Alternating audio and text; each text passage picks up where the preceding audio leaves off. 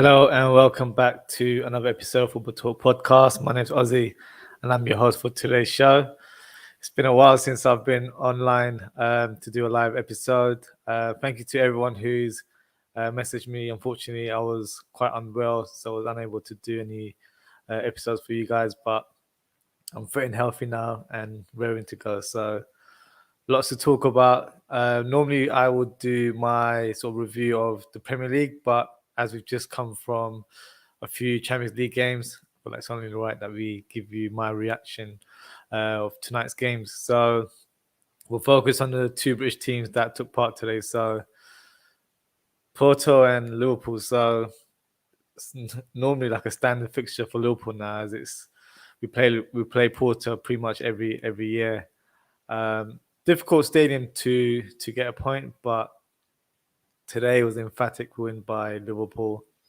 They just simply couldn't handle the team. For me, man of the match was Curtis Jones, without a shadow of a doubt. Fantastic performance from the youngster. For me, I'm really happy for him personally, as I feel like he deserves more games. There was a lot of moments last season where I feel like he played really well, had one or two sort of bad moments in a couple of games, and unfortunately that led to him to play more of a big part role towards the latter stages of last season. But for me, he's really grown. He's really mature. I think last season he was probably guilty of doing a few too many stepovers. But this season, I can see a difference of approach in terms of his play. He's more effective, understands his role as one of the lead attacking sort of sparks within our midfield. So this game was pretty much evidence of his development so far. So we can get into the goal straight away. So the first goal, pretty much a shot from Curtis outside the box. So that's one area that Liverpool, for me, don't do enough, taking shots from long distance. So Curtis offers that option for Liverpool. So I have to be honest, it was a poor save from the goalkeeper who parried it away. And Salah was quick and smart enough to just squeeze through in between the two defenders and then just get a tap in there. So great start for Liverpool there. The second goal, great cross by Milner. I know he doesn't offer pace on the wings, as you know, he's getting a bit older now. But in terms of his delivery, he still got it, and that ball was fantastic from Milner, and pretty much an easy tap in. You know, sort of dodgy goalkeeping there as well, as he didn't really go for the ball. The commentator said as well that he had his hands behind his back, which was quite bizarre. But you know, nevertheless, that's not my concern there, as I'm obviously a Liverpool fan here. The third goal itself, great tackle by Curtis Jones to start off the attack. Great mazy run on the left wing. And he had a few options where Salah, Jota and Mane were making runs.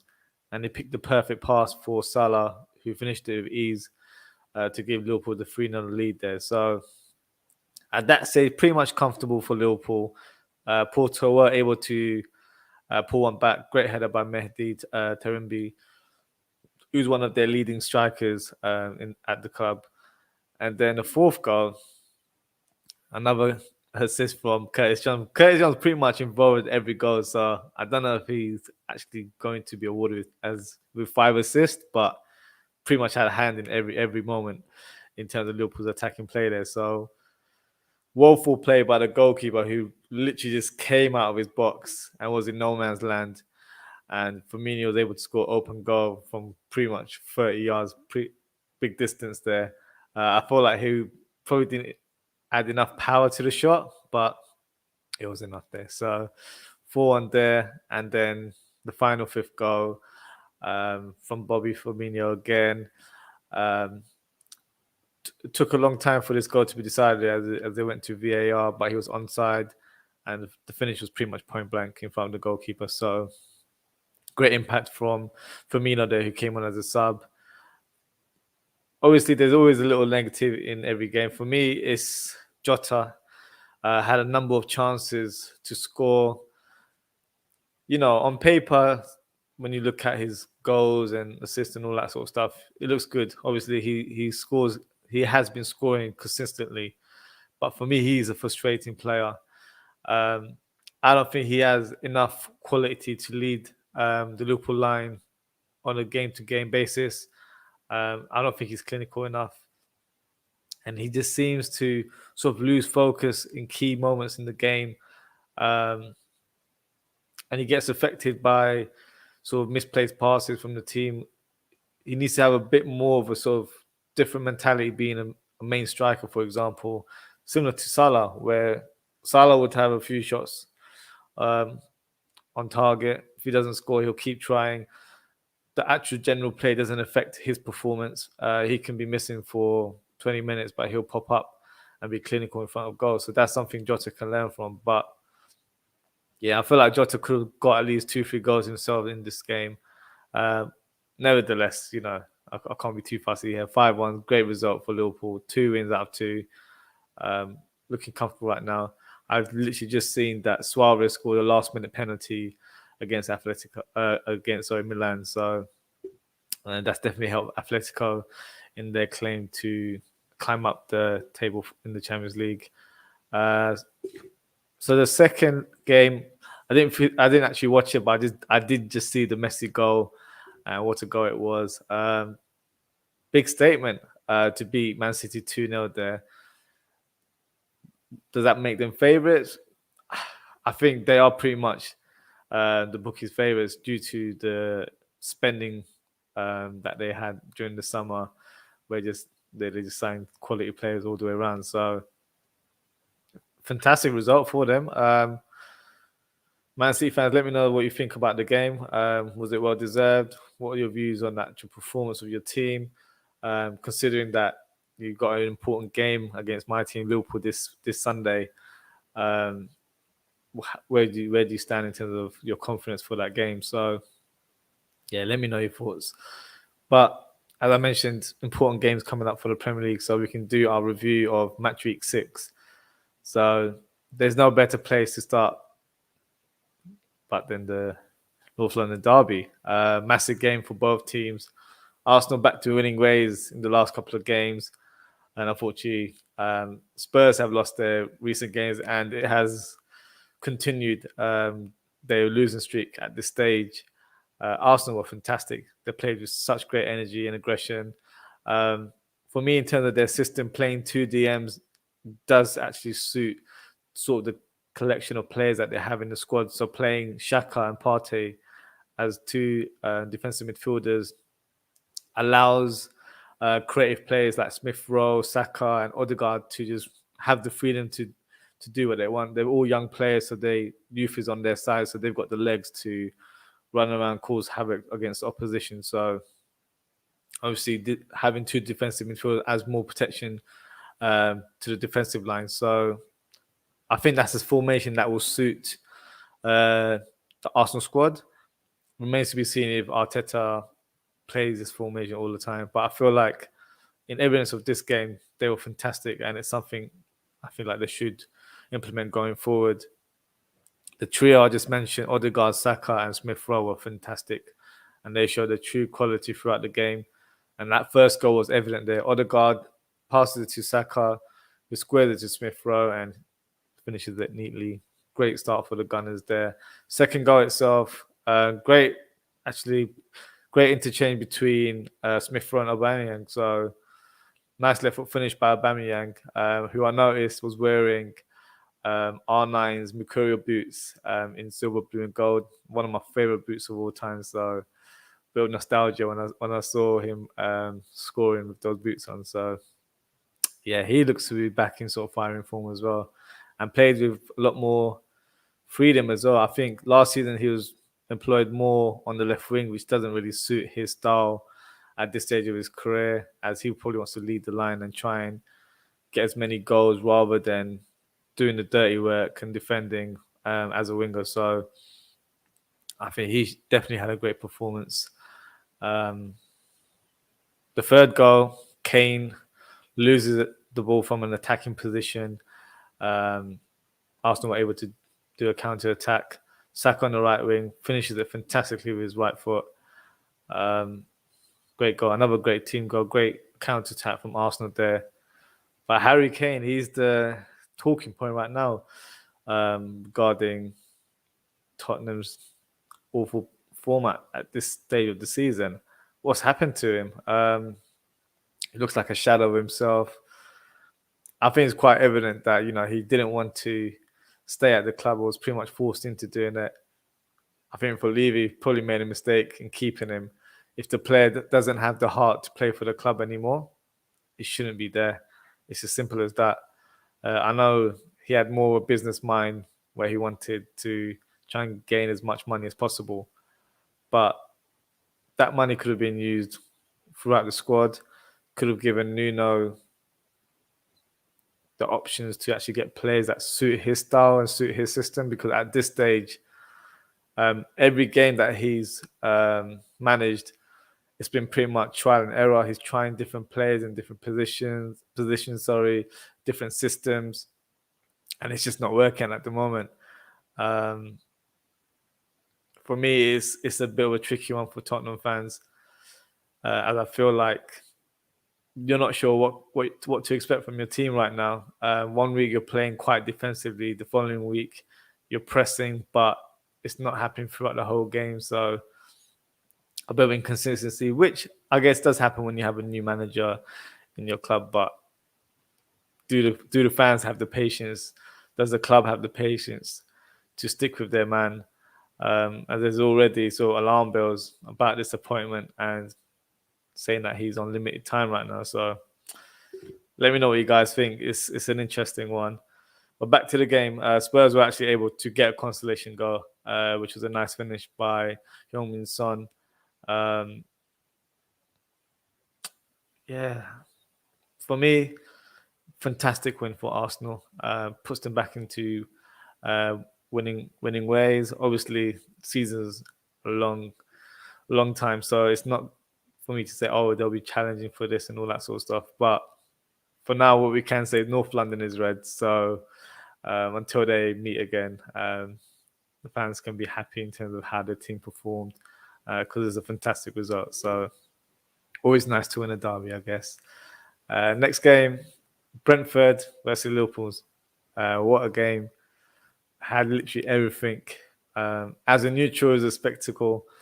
As a Liverpool fan, for me, it was a frustrating match to watch.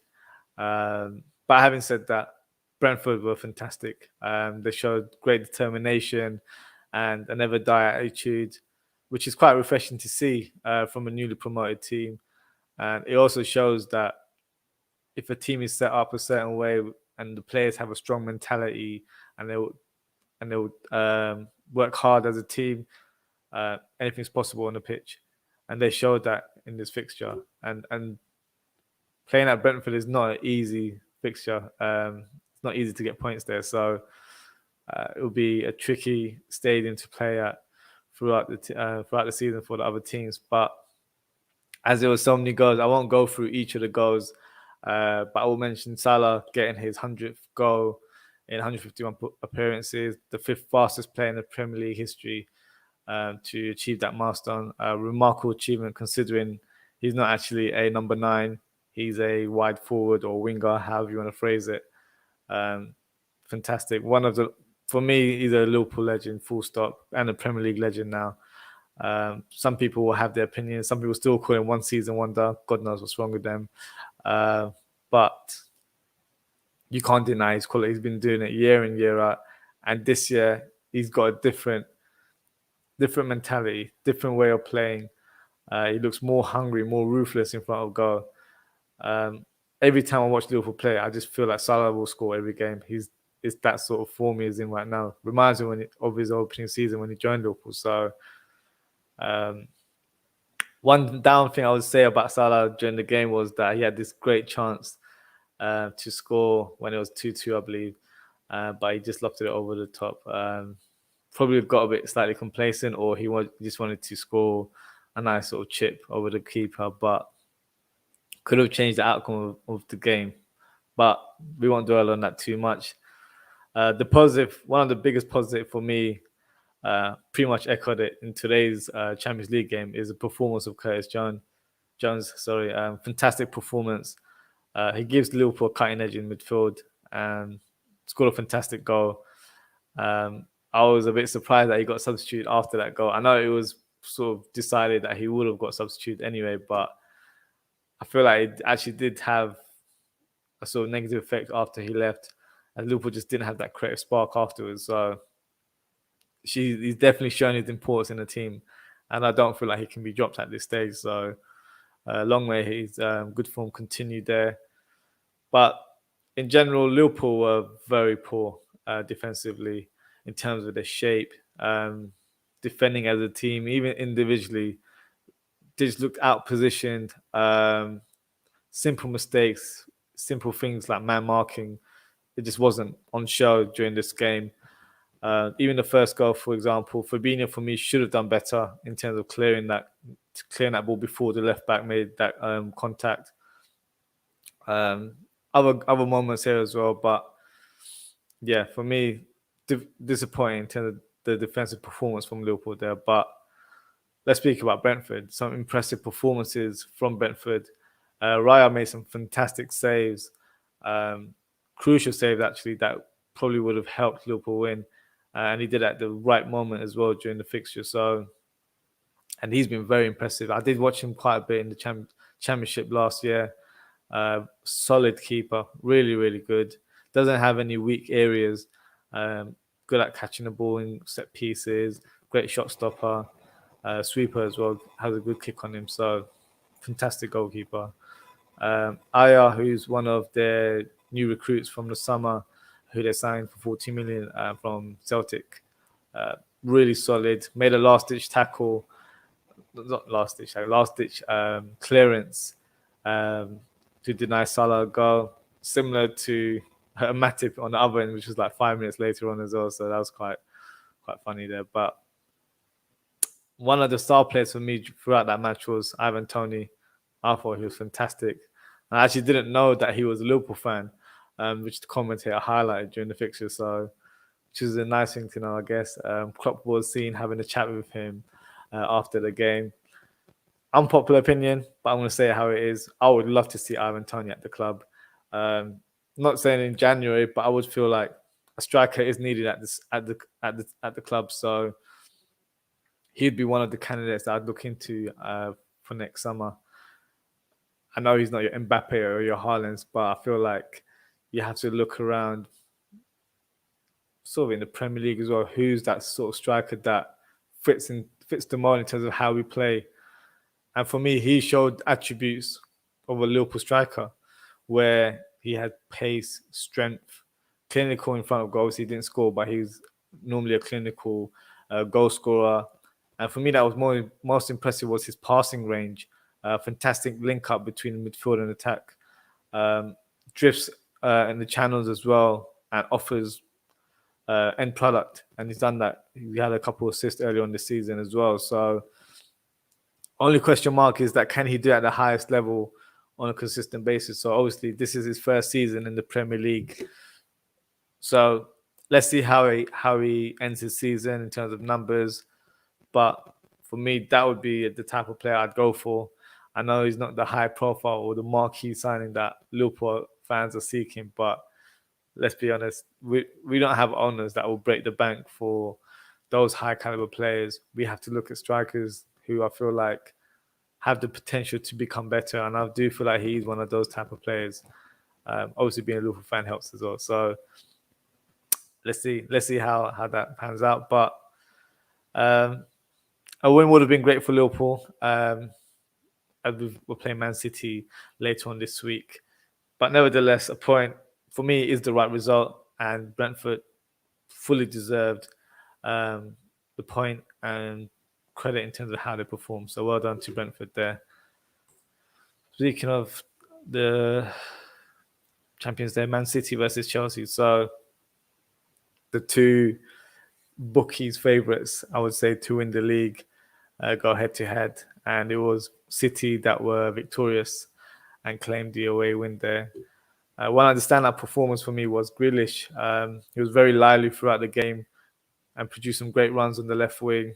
Could have scored as well, but good save by Edouard. It just went wide. But the goal itself was from Gabriel Jesus. Showed great quick feet around the box and produced a great swivel and turn. The shot he got a bit lucky, got a bit of a deflection, but nevertheless, was the goal there. Man City fans claim that he's a right winger, which I never understand because I know he does drift to the right sometimes, but for me, I've always viewed him as a striker. I feel like it's quite clear that he's a number 9 box in a box type of player. I think he'll actually play an important role for this team this season. I think he'll thrive having that sort of extra responsibility to be that focal point in attack and to score the goals. Obviously, Pep likes to do his squad rotation, but I feel like whenever he gets a chance, he will be effective. With no Aguero in the squad anymore, they didn't sign a striker in the summer. I feel like this is his time to shine, and hopefully he gets opportunities and a run within the team. So, nevertheless, great win for Man City. Puts them in great form against Liverpool. Well, having said that, they lost today, so they're probably in better spirits over the weekend. But Champions League is a different competition, so it can be sort of swept to one side, and the focus would be back onto Premier League. They might have more determination to get some points against Liverpool to prove a point that they're still a top team, which they are. I don't dispute that at all. So it'll be an interesting fixture over the weekend. Next fixture, Manchester United versus Aston Villa. So, surprise result of the week. I think most people were expecting United to win with flying colours and Ronaldo to grab the headlines, especially if you play fantasy football. I think a lot of people made him captain, hoping he'd get a hat-trick or something. But that's not how it panned out, unfortunately. Villa were really aggressive from the first minute, produced some decent attacks. The closest was Watkins in the first half, pretty much in front of goal. For me, should have done better, in my opinion. But United also went close. A couple of chances from set pieces.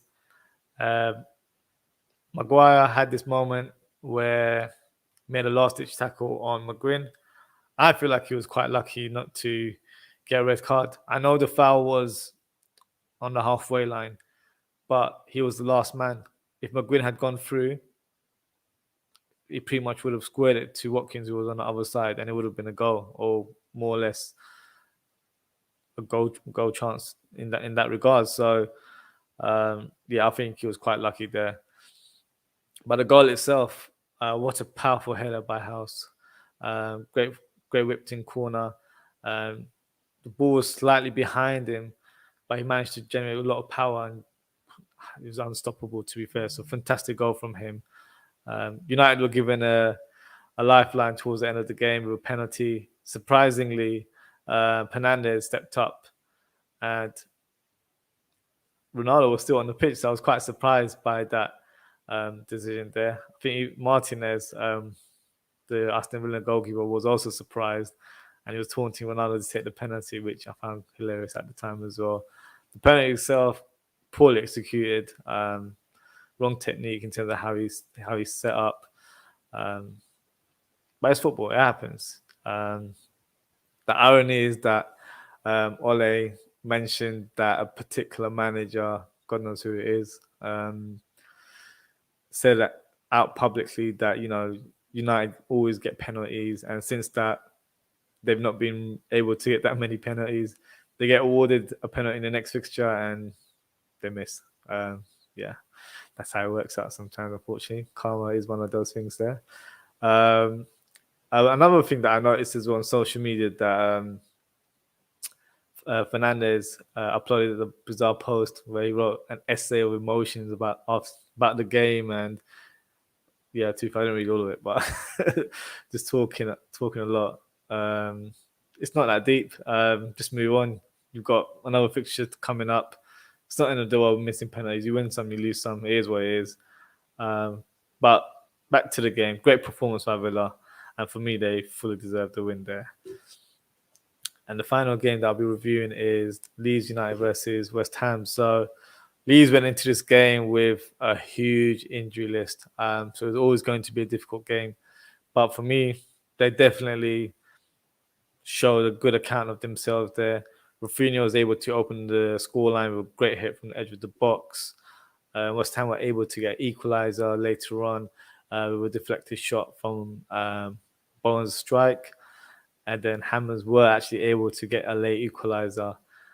Great pass by Declan Rice to Antonio, who showed great first touch around the defender and just finished it clinically. Man on fire right now. Great form there from Antonio. That's another win for West Ham, which puts them in 7th position. So they're doing really well this season, considering they've got Europe in their agenda now as well. So in terms of their level of performances, it's still pretty much consistent. So credit to West Ham in terms of how they've played so far. So as I like to do every episode, I will be presenting my team of the week. So let me just add it here for you guys. So here it is. So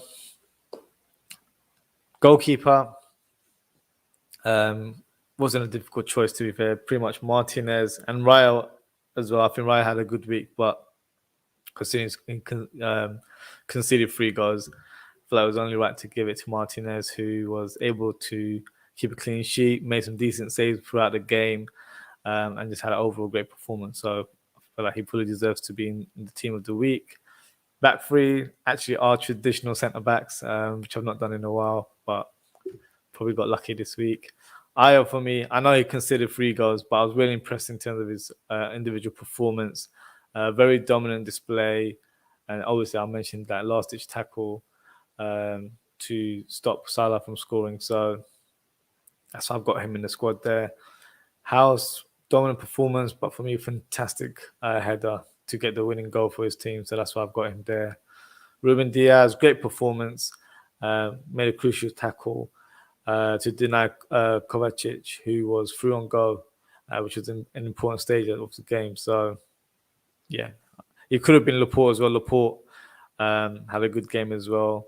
Another player who I feel like had a great week was Cash from Aston Villa. I feel like he produced a great performance on the right-hand side. Some great balls. Player to look out for, actually. I feel like he's definitely going to grow.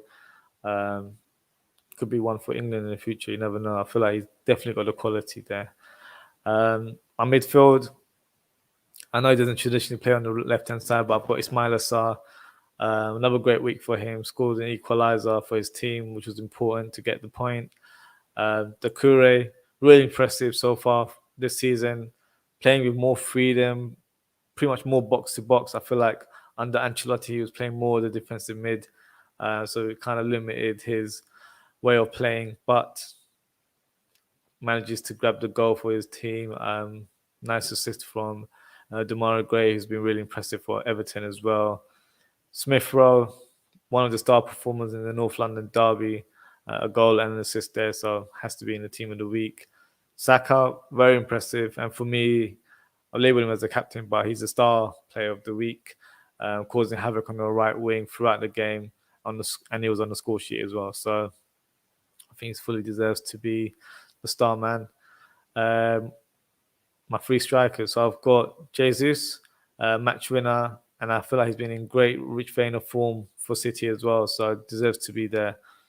Vardy, unlucky to score an own goal, but he responds really well, scoring 2 goals to get his team a point. Unlucky to concede the last-minute goal against Burnley there. And Antonio, match winner, and was a constant threat throughout the game. So fantastic performance from him as well. So yeah, so that's my team of the week there.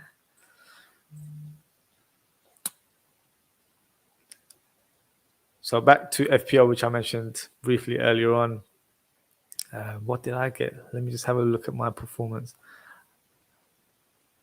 So I got 58 points, which I thought wasn't too bad until I went through the league and tried to pick out who had the highest week in our FPL league. And it was Lisa O'Donnell, who had 81 points, which was fantastic numbers. So well done, Lisa. A great game week for you. And I think you're climbing up the table now as well. So I think this week will definitely help you get some more points in the coming weeks. But Yeah, FPL is a bit of a tricky one this year. Everyone's going for Ronaldo or Lukaku. That's the debate right now to the who should you have in your team. If you have both, you don't really want to have both in your team. But yeah, interesting game week coming up for all of us FPL managers there. That pretty much wraps us for today. So I will be doing a match preview this Thursday, 30th of September at 10 p.m. I'll be previewing the Liverpool and Man City game, as it's one of the key games this week in the Premier League. So please look out for that. And thank you for tuning in. Please don't forget to like and subscribe to our channel. Appreciate all of the support. And yeah, hope we see you guys very soon. Take care and stay safe. And see you soon.